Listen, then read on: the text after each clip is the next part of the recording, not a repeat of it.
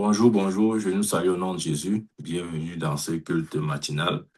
Et aujourd'hui, comme tous les jours, comme tous les matins, nous allons nous exhorter sur le thème euh, que j'ai intitulé Le baptême du Saint-Esprit et recevoir le Saint-Esprit. Ou si vous voulez, la différence entre le baptême du Saint-Esprit et recevoir le Saint-Esprit. Ouais. Amen. C'est de ça qu'on parle aujourd'hui. C'est quoi le baptême du Saint-Esprit?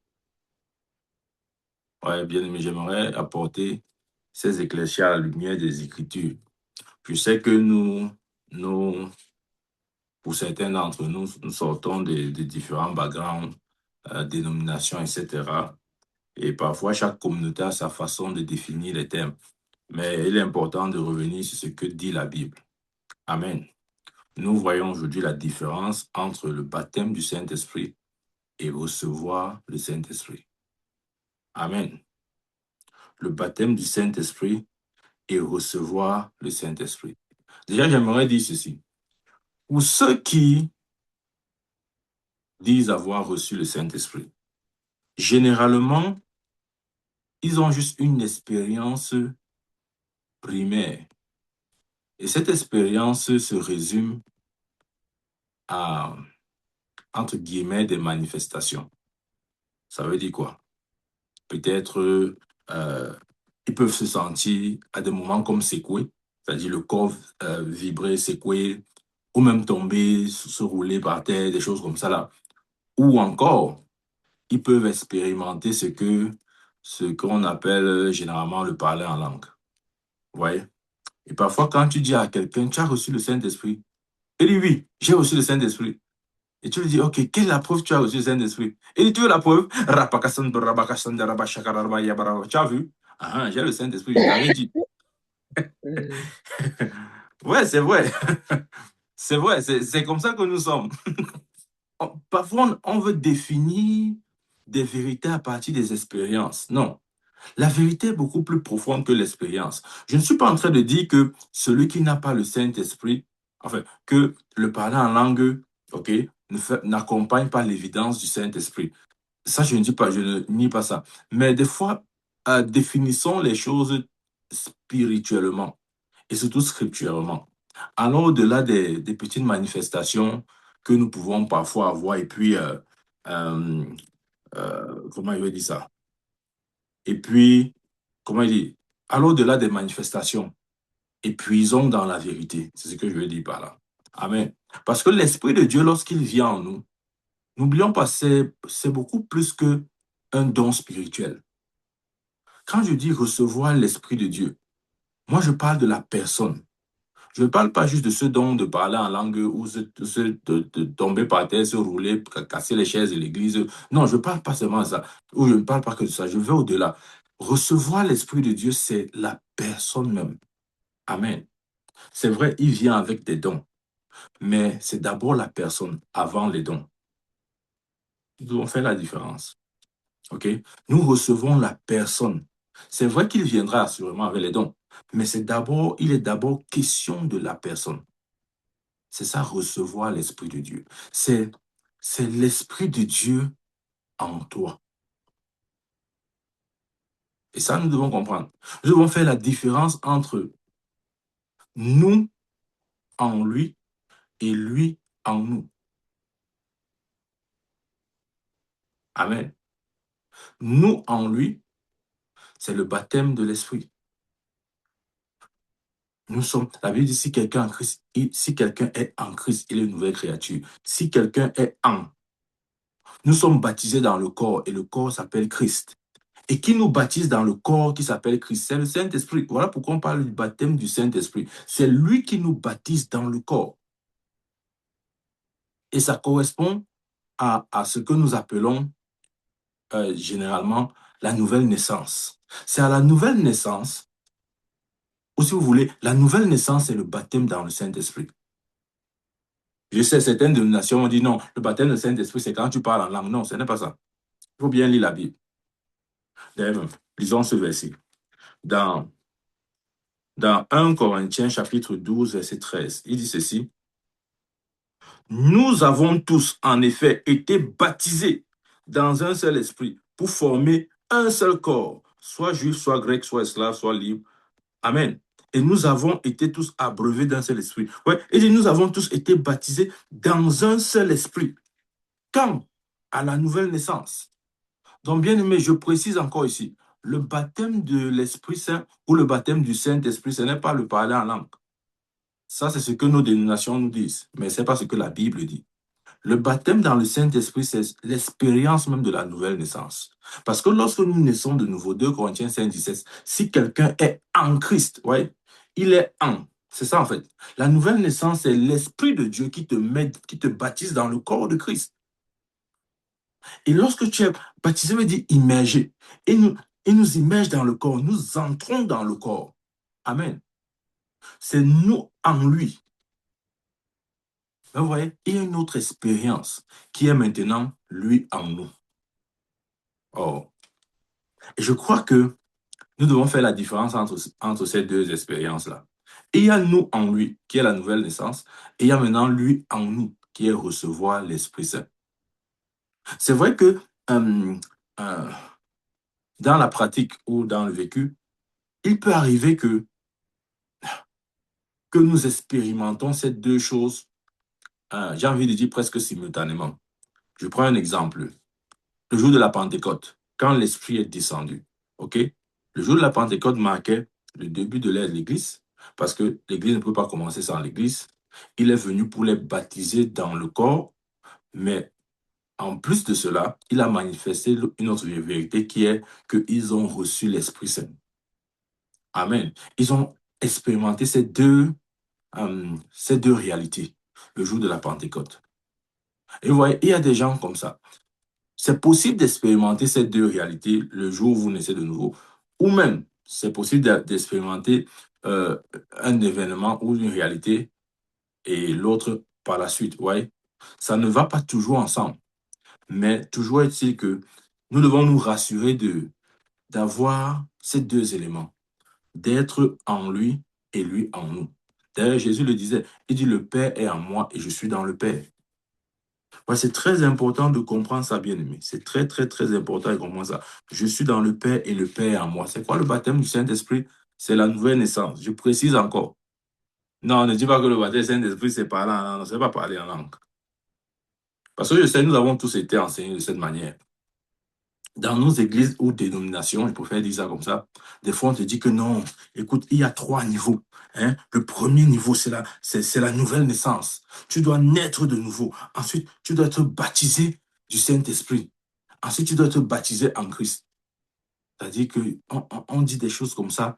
Tu vois, pour quelqu'un qui ne lit pas trop la Bible, ça fait du sens. On dit, ah oui, ok, il y a 3 étapes. Ok, j'ai fait la première étape, la nouvelle naissance. Maintenant, je vais faire la deuxième étape, le baptême du Saint-Esprit. Je dois parler en langue. Après avoir parlé en langue, maintenant, je dois être baptisé en Christ. Oh, non. Le baptême en Christ signifie, ou bien est égal au baptême du Saint-Esprit. Et ça ne veut rien dire d'autre que la nouvelle naissance. OK? C'est l'Esprit de Dieu qui nous met, qui nous immerge dans le corps de Christ. Si quelqu'un est en Christ, Amen. Notre compréhension de l'écriture, des Écritures doit être claire. Parce que regardez, je vais te dire ceci, si ta compréhension de la Bible n'est pas éclairée, tu vas passer ton temps à chercher des choses que tu ne trouveras jamais. Oh oui, crois-moi, je sais de quoi je te parle. Si tu n'as pas une compréhension éclairée, tu vas passer le temps à chercher des choses que tu ne trouveras jamais. Amen. Donc, le baptême du Saint-Esprit, c'est égal au baptême en Christ. C'est encore ça la nouvelle naissance. Et c'est ça donc être baptisé en. OK? Ou si vous voulez, c'est Dieu, c'est nous en Dieu. Maintenant, il y a une autre réalité qui est Dieu en nous. Rappelons-nous ce que Jésus disait. Il disait, je suis dans le Père et le Père en moi. Il faisait bien la différence entre ces deux choses. Je suis dans le Père et le Père est en moi. Donc le baptême en Christ, c'est la nouvelle naissance. Si quelqu'un naît de nouveau, il a été baptisé dans l'Esprit. J'étais lu le verset de 1 Corinthiens 12, verset 13. Nous avons été baptisés dans le corps de Christ. Amen. C'est très important de comprendre ça, bien-aimé. Maintenant, ouvre un peu ta Bible avec moi dans Jean chapitre 14. Voyons encore voir quelque chose là-bas.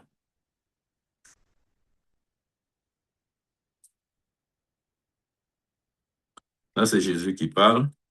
Jean 14, je vais lire à partir du verset, disons à partir du verset quoi, 20, peut-être, si on veut. Ouais. À partir du verset 20. En ce jour-là, vous connaîtrez que je suis en mon Père et que vous êtes en moi et que je suis en vous. Oh, ouais, bien aimé, quand tu lis la Bible, surtout des versets comme ça, ne te presse pas. Relis encore. Relis attentivement. En ce jour-là, vous connaîtrez que je suis en mon Père. Donc Jésus est dans le Père. Et continue. Et que vous êtes en moi et que je suis en vous. Donc il fait bien la différence entre nous en lui et lui en nous. C'est bien différent, bien aimé. Et je t'ai dit que nous en lui, c'est le baptême du Saint-Esprit, c'est la nouvelle naissance. Et lui en nous, c'est recevoir l'Esprit Saint. Amen. Verset 21. Celui qui a mes commandements et qui les garde, c'est lui qui m'aime. Et celui qui m'aime sera aimé de mon Père. Je l'aimerai et je me ferai connaître à lui. Amen. Verset 22. Jude, non pas l'Iscariote, lui dit, Seigneur, d'où viens-tu que tu feras, d'où vient que tu feras connaître, que tu te feras connaître à nous et non au monde. Jésus lui dit, si quelqu'un m'aime, il garde ma parole et mon Père l'aimera. Nous viendrons à lui et nous ferons notre demeure chez lui. Nous viendrons à lui et nous ferons notre demeure chez lui. Amen. Nous viendrons à lui et nous ferons notre demeure chez lui. Bien-aimé, la Bible dit que le Saint-Esprit, lorsqu'il vient en nous, notre corps devient son tabernacle. Qui est le Saint-Esprit? Pour Jésus, le Saint-Esprit était le Père. Il pouvait dire, mon Père. Je crois qu'un jour, on va enseigner sur la Trinité. Il y aura beaucoup de choses qu'on va apprendre. Amen. Jésus, regardez, Jésus appelait le Saint-Esprit mon Père qui est en moi. Parce que justement, Jésus était l'enfant du Saint-Esprit. Il a été conçu par le Saint-Esprit. Jésus venait du Saint-Esprit. C'est pourquoi lorsqu'il parlait de lui, des fois, il appelait mon Père.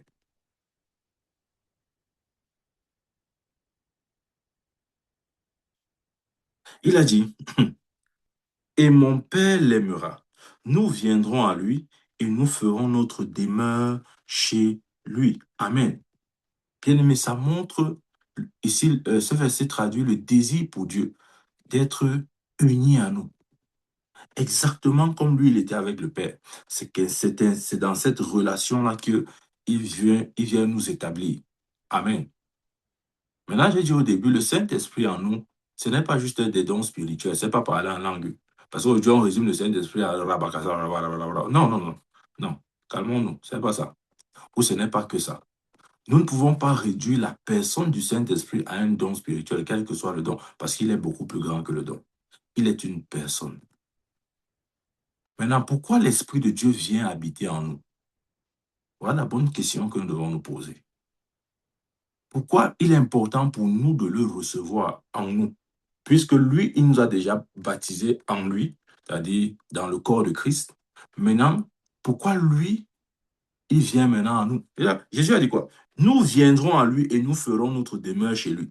Pourquoi il doit venir en nous? Tu dois te poser cette question. Est-ce qu'il vient en toi juste pour te faire parler en langue? Point d'interrogation. Bien aimé, je vais te dire ceci.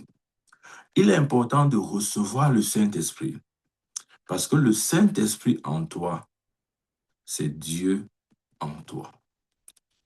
Et c'est beaucoup plus grand que la simple manifestation du parler en langue. Non.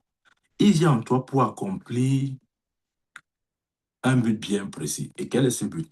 Il vient en toi pour te permettre d'écouter comme lui il écoute, de voir comme lui il voit et de parler comme lui il parle.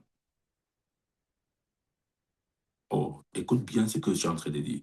Si tu limites le Saint-Esprit en toi au petit parler en langue que tu fais chaque jour là, tu, tu, tu n'as rien compris de son ministère. Il ne vient pas juste en toi pour te faire parler en langue, non. Il vient en toi pour que tu sois exactement taillé à la mesure de Christ, pour que tu sois exactement comme Christ. Ça veut dire que tu puisses parler comme Christ parle, tu puisses penser comme Christ pense, tu puisses agir comme Christ agit, tu puisses voir comme Christ voit, tu puisses écouter comme Christ écoute. Ouais. C'est beaucoup plus que exercer un don spirituel. Non. Amen. Ouais, c'est pour ça que Christ vient en toi. Amen. Il vient en toi pour te donner cette onction sans mesure.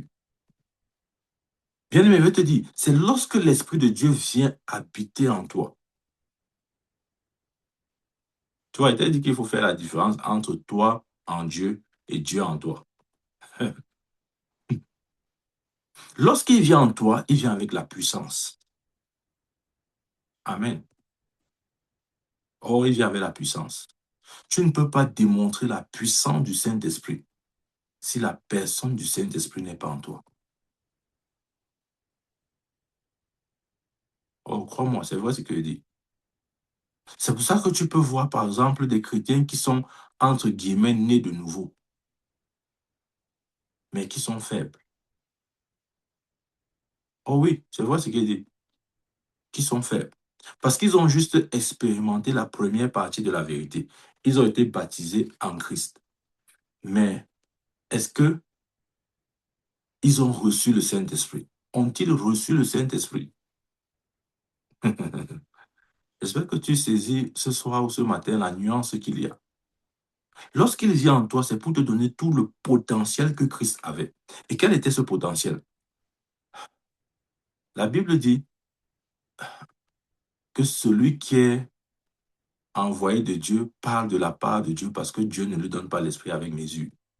Ce n'est pas seulement une parole messianique, c'est aussi une parole qui s'adresse à tous ceux qui ont reçu l'Esprit de Dieu. Parce que de la même manière que Jésus avait reçu l'Esprit de Dieu, et il parlait avec une onction sans mesure, le Saint-Esprit en nous nous permet aussi d'agir dans la même dimension que Christ, c'est-à-dire dans l'onction de l'onction sans mesure.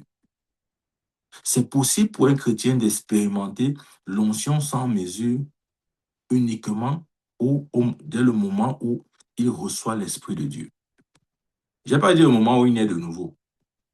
Il faut faire la différence, tu vois. Je ne veux pas faire la différence.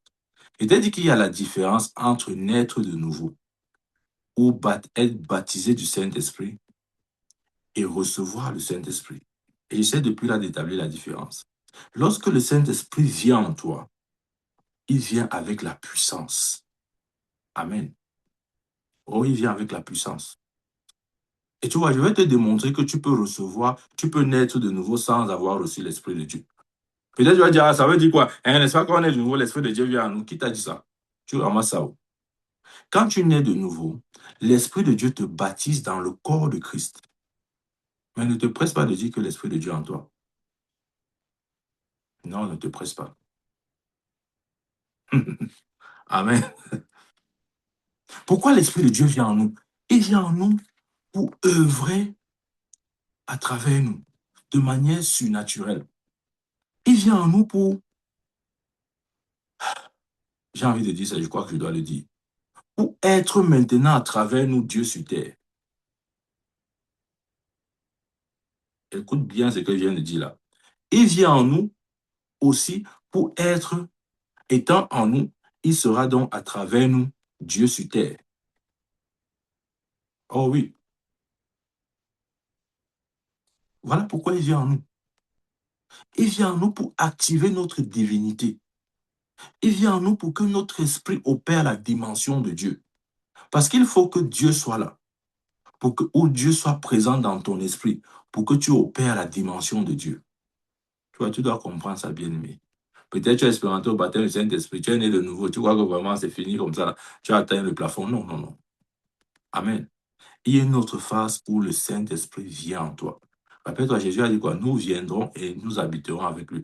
Nous dresserons notre demeure en lui. Et ailleurs, Jésus a dit, je suis dans le Père et le Père en moi. Donc, ce sont des choses bien différentes. Il ne faut pas confondre, il ne faut pas confondre. Non, non, il ne faut pas confondre. Pourquoi il vient en nous? Il vient en nous, comme j'ai dit, pour parler à travers nous. Comment je le sais? Jésus avait dit, à cause de moi, vous serez persécutés, vous serez traînés devant les tribunaux. Mais ne vous inquiétez pas de ce que vous direz, parce que l'Esprit de mon Père parlera à travers vous. Oui, ça ne peut qu'être possible pour celui qui a reçu le Saint-Esprit. Non, je ne dis pas celui qui est né de nouveau, je dis celui qui a reçu le Saint-Esprit.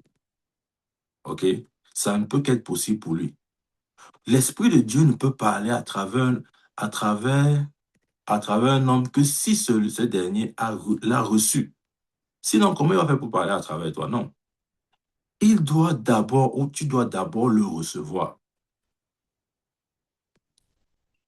Maintenant, tu vas me dire, mon prophète, comment alors on reçoit l'Esprit de Dieu? Parce que là, vraiment, tu veux m'embrouiller. Moi, je croyais que quand je nais de nouveau, l'Esprit de Dieu vient en moi. Non, pas toujours. Et je vais te démontrer que ce n'est pas toujours vrai. L'Esprit de Dieu ne vient pas toujours habiter en toi quand tu nais de nouveau. Ce n'est pas automatique. Mais ce qui est sûr, c'est que si tu nais de nouveau, ça veut dire l'Esprit de Dieu t'a baptisé dans le corps. Parce que tu ne peux pas naître de nouveau sans ce baptême-là. En fait, c'est ce baptême-là qui est traduit ou appelé autrement la nouvelle naissance. Amen. Donc, il vient en nous pour vivre en nous, pour être vivant à travers nous, pour parler à travers nous. Amen. Tu ne peux même pas parler de la part de Dieu dans cette dispensation si l'Esprit de Dieu n'habite pas en toi. S'il n'est pas en toi, si tu n'as pas la dimension de l'Esprit en toi, tu ne peux pas. Toi, dans l'Esprit, oui, je suis d'accord, tu es né de nouveau, mais est-ce que l'Esprit est en toi? Ce sont des choses que nous devons savoir, bien aimés. Nous devons savoir. Il vient en nous pour nous rendre surnaturels. La vie du surnaturel n'est possible que pour ceux qui ont reçu l'Esprit de Dieu. Et nous nous posons la question, pourquoi est-ce que la vie des apôtres était autant exceptionnelle? C'est parce que c'était des hommes qui avaient reçu l'Esprit de Dieu. Oh oui, ils avaient reçu l'Esprit de Dieu. Ils n'avaient pas juste expérimenté la nouvelle naissance, non. Ils sont allés au-delà de la nouvelle naissance. Ils ont reçu l'Esprit de Dieu. Amen. Pouvez-vous dire quelque chose d'étrange sur l'Esprit de Dieu? Est-ce que vous avez remarqué que l'Esprit de Dieu, ou si vous voulez le Saint-Esprit, n'a ni nom, ni corps? Il n'a ni nom, ni corps. Amen. Pourquoi il n'a pas de nom? Pourquoi il n'a pas de corps? Pourquoi cette personne de la divinité se présente de cette manière, sans corps ni nom? Tu vois, tu n'as peut-être pas pensé ou réfléchi dans ce sens. Ou bien peut-être pour toi, un esprit de Dieu, c'est son nom. Tu as l'esprit de Dieu. Non, c'est pas son nom. C'est comme si je dis, euh, euh, comment je dis ça? C'est comme si je dis Saint homme. Je veux dire quoi? C'est pas un nom. Vous voyez ce que je veux dire? Jésus, c'est un nom. Ok, quand je dis Jésus, oui, ça c'est un nom. Mais quand je dis Saint-Esprit, ce n'est pas un nom. C'est juste, si tu veux, j'essaie juste de qualifier un esprit, mais je ne sais pas où cet esprit n'a pas un nom bien précis, tu vois. Quand je dis Saint-Esprit, je suis en train de dire juste que c'est un esprit qui est de nature sainte, ou bien c'est un esprit saint. C'est tout ce que j'essaie de dire. Donc, le Saint-Esprit n'a pas de nom. Il n'a ni non plus encore. Et tu vois, c'est une question que je me posais toujours. Je dis, mais comment le type, c'est n'a ni nom ni corps? Parce que justement, le Saint-Esprit répond au nom de Jésus. Amen. Il répond au nom de Jésus. Et j'ai envie de dire ceci. Lorsque l'Esprit de Dieu nous rend ministère, il prend la forme de Jésus. Mais lorsque l'Esprit de Dieu veut nous rendre ministère, il prend la forme du vase. Maintenant, je m'explique. Il y a des gens qui disent souvent, homme de Dieu, vraiment, euh, je ne sais pas, j'ai fait un rêve là que je ne comprends même pas. Hein. Quoi? Dans mon rêve là, j'étais attaqué. Les assaillants, les méchants venaient comme ça pour m'oppresser. Je courais, je courais. Mais à un moment donné, j'ai seulement vu comment tu as apparu. Et tu as sorti une épée. Tu les as tous tués. Tu m'as protégé, tout ça. Oh, vraiment, homme de Dieu. Non, mais à partir de Dieu, non, je te respecte. Non, ce n'est pas l'homme de Dieu. L'homme de Dieu dormait. Tu crois que j'ai le pouvoir d'entrer dans tes rêves? Non. En fait, celui que tu as vu et que tu l'appelles l'homme de Dieu, ce n'est pas l'homme de Dieu. C'est le Saint-Esprit qui a pris la forme du vase dans lequel il habite pour te rendre ministère. Ce n'est pas l'homme de Dieu. Ce sont des choses comme ça que parfois nous, chrétiens, nous ne connaissons pas. Et voilà pourquoi nous rencontrons le Saint-Esprit à plusieurs reprises, mais on ne sait pas. On ne sait pas. Parfois, tu dis, homme de Dieu, vraiment, j'étais malade. J'ai fait une vision ou un rêve. J'étais vraiment malade. Mais quand tu es venu, tu as prié pour moi. J'ai été guéri. Vraiment, je rends gloire à Dieu. Non, ce n'est pas l'homme de Dieu qui a prié pour toi. C'est l'Esprit de Dieu lui-même qui t'a directement rendu ministère. Mais tu vois, parce qu'il n'a pas de corps, il va prendre la forme de son vase. Tu vois, si tu mets l'eau, l'eau n'a pas de forme. L'eau prend la forme du vase dans lequel il est. Et c'est comme ça que l'Esprit de Dieu est. Si tu mets l'eau dans une bouteille, l'eau va prendre la forme de la bouteille. Si tu mets l'eau dans une marmite, l'eau va prendre la forme de la marmite. Et c'est comme ça que l'Esprit de Dieu est. Il prend la forme du vase dans lequel il habite. Donc, bien aimé, si un jour tu expérimentes encore ça, tu dors et tu vois un homme de Dieu venir te délivrer ou même te guérir, quand tu te réveilles, commence à dire merci précieux Saint-Esprit. Merci pour ce ministère efficace que tu m'as rendu directement, sans passer par un ange. Oh, bien-aimé, à ce moment, ce n'est pas un ange de Dieu qui vient te rendre ministère. C'est l'Esprit de Dieu lui-même. Parce qu'il n'y a pas de corps et il n'a non plus de nom. Il prendra la forme du vase dans lequel il habite. Voilà pourquoi tu dois te remplir de l'Esprit de Dieu. Quand tu es rempli de l'Esprit de Dieu, tu donnes la possibilité à l'Esprit de Dieu d'agir ou de rendre ministère à quelqu'un d'autre en prenant ta forme. Et j'espère que tu as compris ce qu'elle vient de dire ici. Tu vois, quand tu es rempli de l'Esprit de Dieu veut dire, quand tu as reçu le Saint-Esprit peut prendre ta forme pour rendre ministère à quelqu'un d'autre. Oui, il peut le faire. Et généralement, il le fait. Mais nous ne discernons pas que c'est l'Esprit de Dieu. Nous croyons que non, vraiment, c'est l'homme de Dieu qui a fait une prière prophétique. Il a entré dans mon rêve, il a fait des... Non, non, non, l'homme de Dieu dormait. C'est l'Esprit de Dieu lui-même qui était en train de te parler. C'est l'Esprit de Dieu lui-même qui te rendait ministère. Il n'a pas envoyé un ange, il est venu lui-même. Amen. Tu vois bien aimé, c'est pour te dire que tu as plus d'une raison de rechercher à recevoir l'Esprit de Dieu si tu ne l'as pas encore reçu. Et si tu l'as reçu, gloire à Dieu. Il te manque une seule chose, sois rempli de l'Esprit de Dieu. Ça, c'est un autre sujet. Oui. Ouais. Et il y a être baptisé du Saint-Esprit, et il y a recevoir le Saint-Esprit, et il y a être rempli du Saint-Esprit. Tu vois, non? Oui, c'est vrai.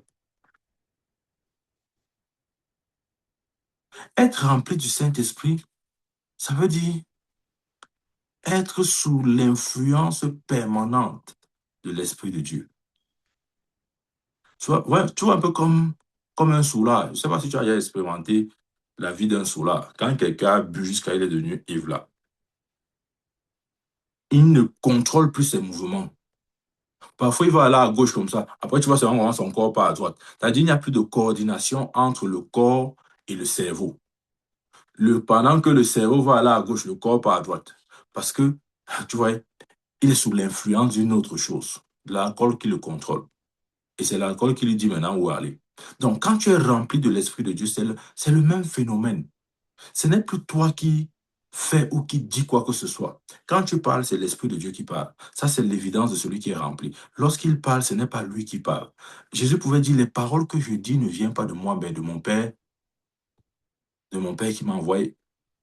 Il était rempli de l'Esprit de Dieu. Quand tu es rempli de l'Esprit de Dieu, il n'y a pas la place pour la chair. Tu vois, non? C'est-à-dire, tu ne parles pas par la chair. Tu ne dis pas les choses par l'esprit de la chair. Non, c'est pas la chair. Tu parles sous l'impulsion de l'Esprit de Dieu, sous la direction de l'Esprit de Dieu, sous l'inspiration de l'Esprit de Dieu. Ça, c'est le trait caractéristique de ceux qui sont remplis de l'Esprit Saint. Amen. Mais bien sûr, pour être rempli, tu dois le recevoir. Parce que si tu ne le reçois pas, comment il pourra avoir ce contrôle, cette main, cette main-là sur toi? Il ne pourra pas. Amen. Donc, tu vois, tu dois être baptisé dans le Saint-Esprit. Je sais que tu l'es puisque tu es né de nouveau. Le baptême dans le Saint-Esprit, c'est le baptême en Christ, c'est ça la nouvelle naissance. Ensuite, tu dois le recevoir. Si tu ne l'as pas encore reçu, tu dois le recevoir. Maintenant, tu vas me dire, mon prophète, comment on va le recevoir? Attends, je vais te dire. Pour le recevoir, c'est aussi simplement que tu as reçu le salut. C'est comme ça que tu le reçois. On le reçoit par la foi. Comment tu as reçu le salut? N'est-ce pas, tu es resté comme ça là, étant convaincu que tu es un pécheur et que tu as besoin du sauveur. Tu es passé à la prière de la confession, non? Tu as dit, Seigneur Jésus, je reconnais que je suis pécheur, je reconnais ton œuvre, j'accepte ton sacrifice à la croix, prends ma vie, je t'accepte aujourd'hui comme mon sauveur et mon Seigneur personnel. Tu as dit quelque chose comme ça. Et dès que ces paroles sont sorties de toi, Dieu a mis son sceau et il t'a scellé, il t'a mis à part, il t'a baptisé dans le corps de Christ. Aussi simple que ça. De la même manière, pour recevoir l'Esprit de Dieu, c'est aussi simple. Tu peux le recevoir de plusieurs manières, mais l'une des façons, c'est simplement de faire comme tu as fait pour le salut. Père, au nom de Jésus, je reçois l'Esprit de Dieu. Si tu le fais dans la foi, tu l'as reçu. Maintenant, tu vas me dire, non, mon prophète, je me suis pas roulé par terre, je n'ai pas fait les pieds roulés. Oh, mon prophète, je crois que tu dois d'abord pousser ma tête, je dois tomber. Non, calme-toi, c'est pas ça. C'est pas la foi que nous obtenons toutes choses de Dieu. Tu vois, c'est pas la foi, c'est pas par les émotions, la chair, les manifestations visibles qu'on aime souvent là. Non, c'est pas la foi. Pourquoi quand tu es né de nouveau, tu n'es pas tombé, tu n'as pas fait les pieds roulés? Hein? Tu es né de nouveau. Le jour où tu es né de nouveau, je sais pas moi, tu avais cassé les chaises à l'église? Non. Pourquoi pour recevoir l'Esprit de Dieu, tu penses que il faut que tu casses seulement toutes les chaises de l'église? Non. Pas toujours, bien aimé. Pas toujours. OK? Quand les apôtres avaient reçu l'Esprit le jour de la Pentecôte, ils n'avaient pas cassé les chaises de l'église. Ils se mettaient juste à parler. Et on réalisait que les paroles qu'ils disaient ne venaient pas d'eux. Parce qu'ils pouvaient parler dans des langages et dans les langues étrangères. Et ces personnes, les gens ressortissants de ces pays-là, de ces nations, les entendaient parler. Amen. Donc, bien aimé, voilà pourquoi les raisons pour lesquelles tu dois recevoir l'Esprit de Dieu. Ah oui, je t'ai promis. Je t'ai dit que tu peux naître de nouveau sans l'avoir reçu. Attends. Parce que maintenant, tu as dit, le prophète a dit quelque chose, et il n'a pas de verset biblique. Prends le verset biblique. Acte 19. Il dit, pendant qu'Apollos était je lis à partir du verset 1. Acte 19, verset 1. Pendant qu'Apollos était à Corinthe, Paul, après avoir parcouru les hautes provinces de l'Asie, arriva à Éphèse. Ayant rencontré quelques disciples, il leur dit, Paul, tu vois, quand il fait la lecture, tu es distrait. Je recommence. Pendant qu'Apollos était à Corinthe, Paul, après avoir parcouru les hautes provinces de l'Asie, arriva à Éphèse. Ouais, Paul est arrivé où? À Éphèse. Ayant rencontré quelques disciples, dont là, il s'agissait des chrétiens, des gens qui avaient expérimenté la nouvelle naissance, dont le baptême du Saint-Esprit. C'est ça la nouvelle naissance, j'insiste. Il rencontrait quoi là-bas, à Éphèse? Il a rencontré qui? Quelques disciples. Ceux qui avaient déjà été baptisés en Christ, c'est eux-là, les chrétiens d'Éphèse. Il leur dit, voilà, écoutez ce que Paul dit aux chrétiens. Il ne parle pas aux païens. Il parle aux gens qui sont nés de nouveau, qui ont reçu Jésus-Christ dans leur cœur. Mais regardez ce que Paul dit. Il leur dit, avez-vous reçu le Saint-Esprit quand vous avez cru? Oh, voilà. Je n'ai pas écouté la question-ci. Avez-vous reçu le Saint-Esprit quand vous avez cru? Donc, tu peux croire sans avoir reçu le Saint-Esprit. Ah, ah. Parce que croire, c'est être baptisé en Christ. Mais recevoir le Saint-Esprit, c'est la personne du Saint-Esprit qui vient maintenant en nous. C'est deux phénomènes ou deux événements différents. OK? Avez-vous reçu le Saint-Esprit quand vous avez cru?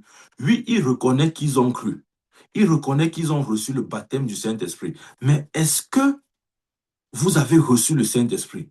Vous avez certes été baptisé du Saint-Esprit, parce qu'il vous a baptisé dans le corps de Christ, mais est-ce que vous avez reçu le Saint-Esprit? C'est la question qu'il pose aux disciples, pas aux païens. Parce que tout à l'heure, il t'a dit que tu peux croire sans avoir reçu le Saint-Esprit. Tu as dit, comment ça? Ça veut dire quoi? Voilà, lis.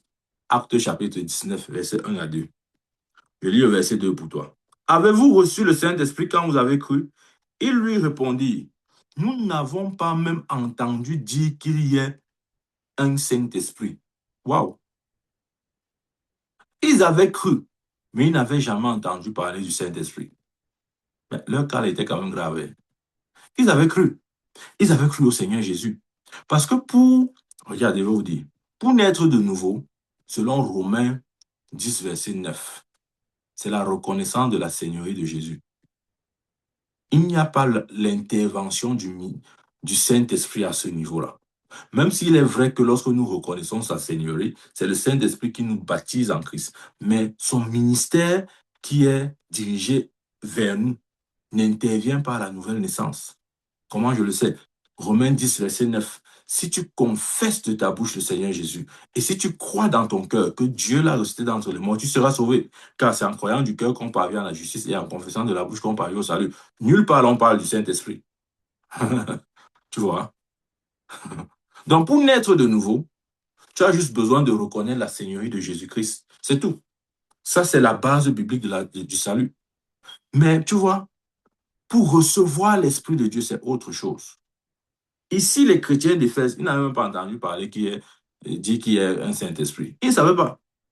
Maintenant, il continue. Il dit, de quel baptême avez-vous été baptisé? Il lui répondit, du baptême de Jean.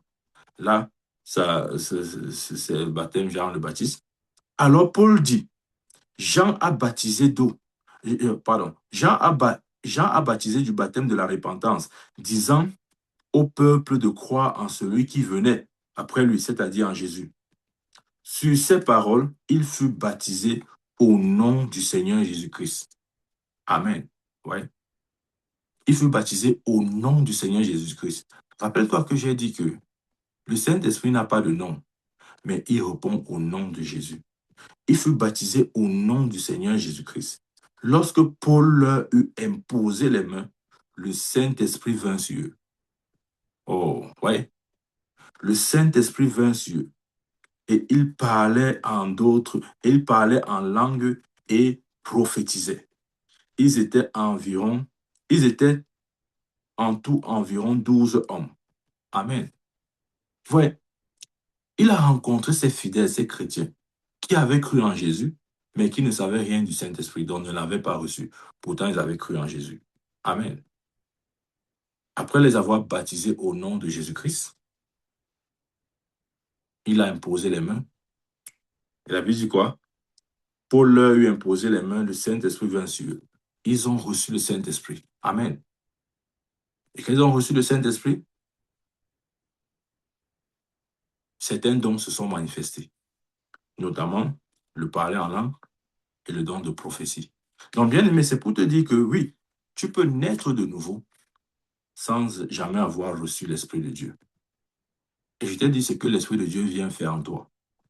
Il ne vient pas juste se cacher quelque part dans ton esprit là et t'appeler comme ça que viens, ça va, bonjour, je suis l'Esprit de Dieu. Non, c'est pas ça son rôle. Il vient prendre contrôle. Bien sûr, si tu lui donnes l'opportunité, il prendra totalement contrôle de ta vie. C'est pour ça il est venu. Il est venu pour tout contrôler. Amen. Et le contrôle total de l'Esprit de Dieu, c'est ce que la Bible appelle être rempli. Quand tu es rempli de l'Esprit de Dieu, ça veut dire que c'est l'Esprit de Dieu qui parle à travers toi. C'est l'Esprit de Dieu qui agit. Ce n'est plus toi qui fais. Amen. Ce n'est plus toi qui fais. Ouais, c'est pourquoi nous devons être constamment remplis de l'Esprit de Dieu. Nous ne devons pas être remplis de l'Esprit de Dieu lundi, mardi, on entre dans la chair, mercredi, on cherche le remplissage. Non. Voilà, la Bible dit, c'est pour ça que Paul aussi parlait, dit, soyez constamment remplis du Saint-Esprit. C'est une expérience que nous devons vivre quotidiennement. Ça ne veut pas dire que lundi, tu es dans l'esprit, mardi, tu es dans la chair. Mercredi, tu es encore dans la chair. Jeudi, tu te bats être un peu dans l'esprit. Vendredi, tu dis, hey, attention, il y aura le culte dimanche, il faut que je sois dans l'esprit. Non. C'est une expérience continuelle. Dieu veut avoir total contrôle sur nous, 24 heures sur 24. Que nous soyons éveillés ou endormis.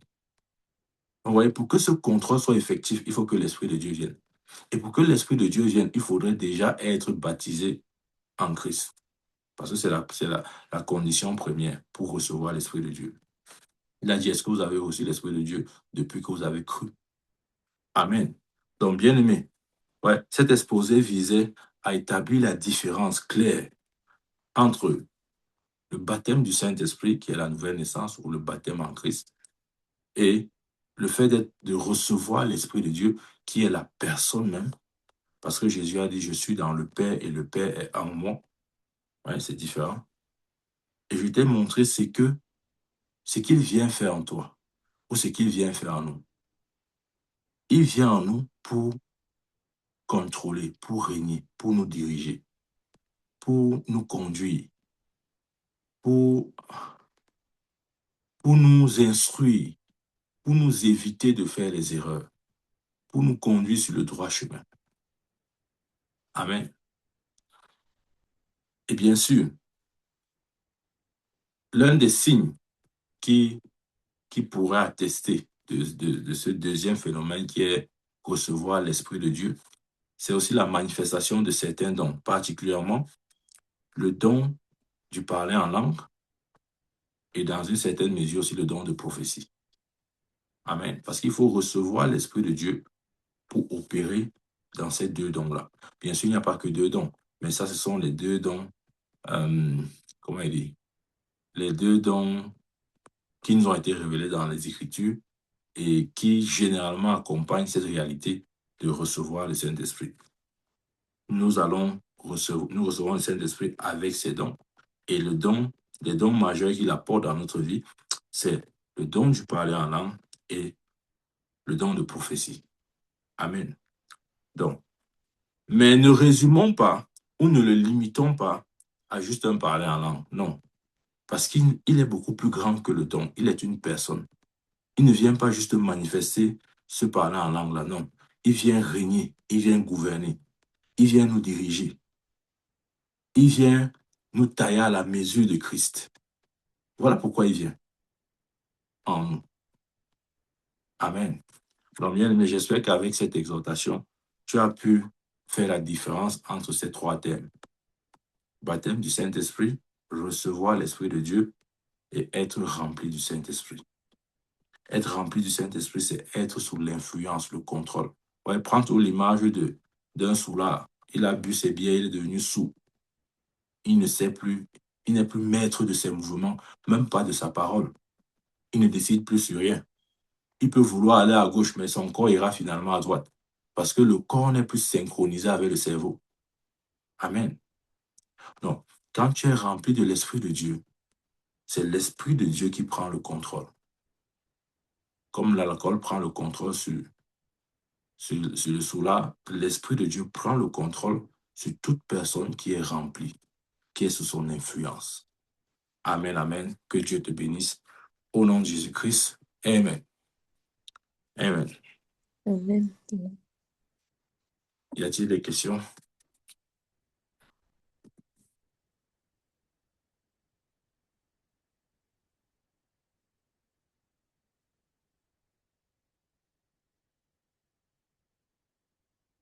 Amen, amen.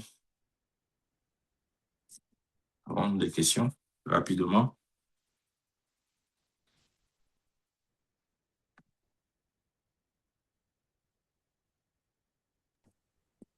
Pas de question, pas de question. C'est vrai, le Et, Saint-Esprit est la personne la moins connue de la Trinité, en fait. Et pourtant, c'est et le, pourtant, c'est la première personne qui nous a été révélée dans la Bible.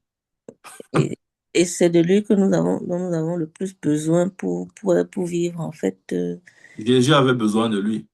Mhm. Il dit dans Acte 10, verset 38, vous savez comment Dieu a oint d'esprit et de puissance Jésus de Nazareth qui allait de lieu en lieu guérissant les malades, chassant les démons et faisant du bien parce que Dieu était avec lui. Jésus ne pouvait pas accomplir son ministère sans le Saint-Esprit. C'est pourquoi lorsqu'il parle du Saint-Esprit, il dit mon Père. Donc nous devons reconnaître que si Jésus, et quand nous voyons même sa conception, la Bible est claire dessus, il était conçu par la puissance du Saint-Esprit. Il venait du Saint-Esprit. Il était l'enfant du Saint-Esprit. Voilà pourquoi il pouvait le reconnaître comme étant son Père, parce qu'il venait de lui. Nous devons reconnaître son ministère. Nous devons enfin parvenir à la compréhension selon laquelle nous ne pouvons rien faire sans lui. Jésus ne pouvait rien faire sans le Saint-Esprit. Même s'il était la parole faite chair, en tant qu'homme, il ne pouvait rien accomplir sans le Saint-Esprit. Pareil pour nous. Nous ne pouvons rien accomplir sans l'Esprit de Dieu. Ça doit être clair pour nous. Et comme j'ai dit, quand nous lisons les Écritures, c'est la première personne qui nous a été révélée. Comment je sais? Au commencement, Dieu créa les cieux et la terre. Ici, Dieu, c'est Elohim, qui est le pluriel de Dieu. Elohim, qui est le pluriel de Dieu. C'est-à-dire, quand on dit Elohim, on fait référence au Père, Fils, Saint-Esprit. OK? Donc, il dit, au commencement, Dieu créa les cieux et la terre. Donc, c'est Elohim là-bas. On n'a pas précisé euh, la personne particulière. On a dit Elohim parce que dans la création, c'est Dieu qui est engagé. OK? Voilà pourquoi le grec, l'hébreu là-bas met Elohim. On ne précise pas, on ne dit pas le Père, le Fils ou le Saint-Esprit. On met Elohim pour dire justement le Dieu trinitaire. OK?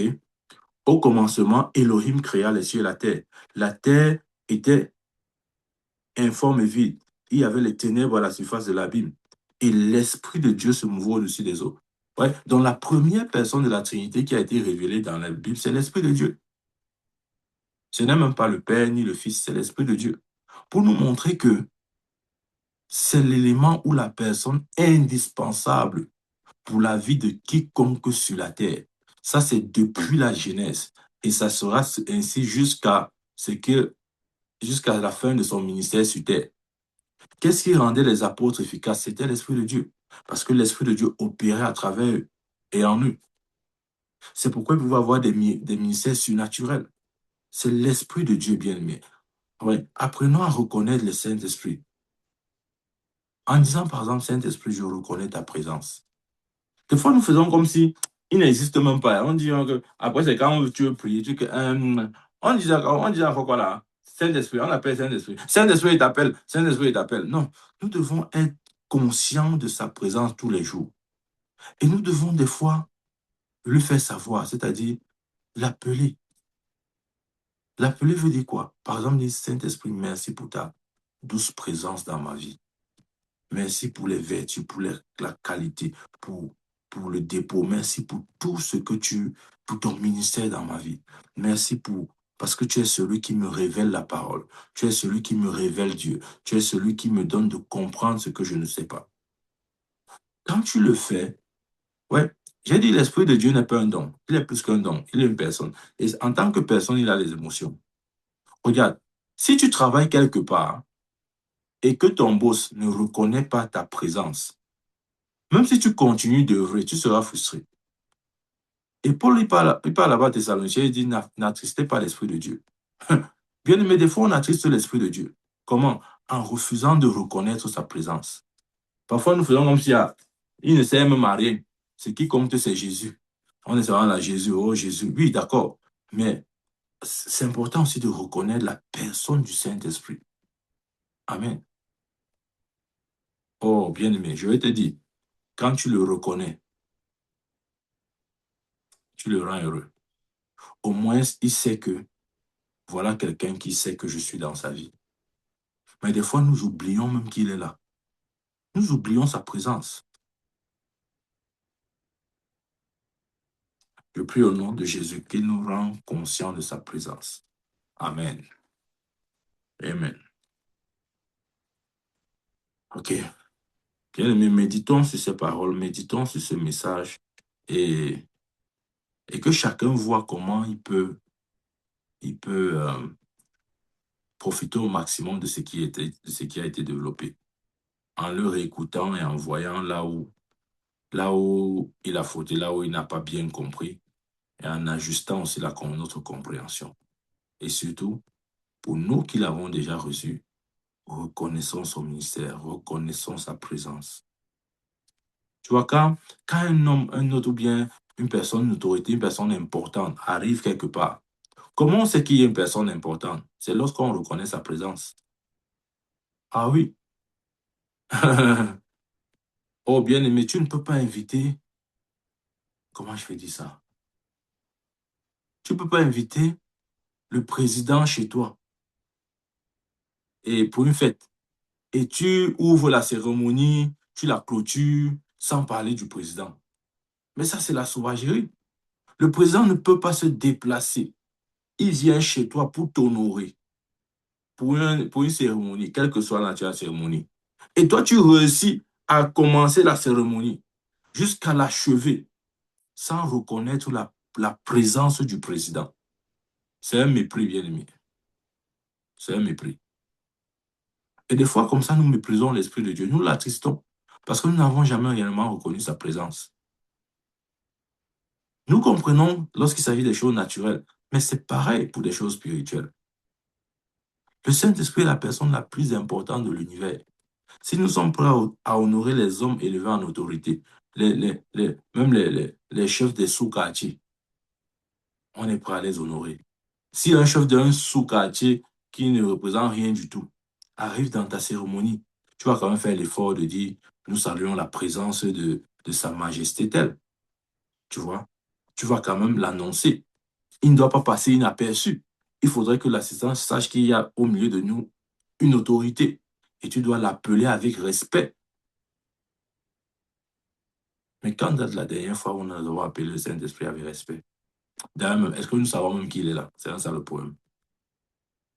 C'est-à-dire, nous perdons la conscience de sa présence. Voilà pourquoi nous n'arrivons pas à le traiter avec l'honneur qui est dû à son rang.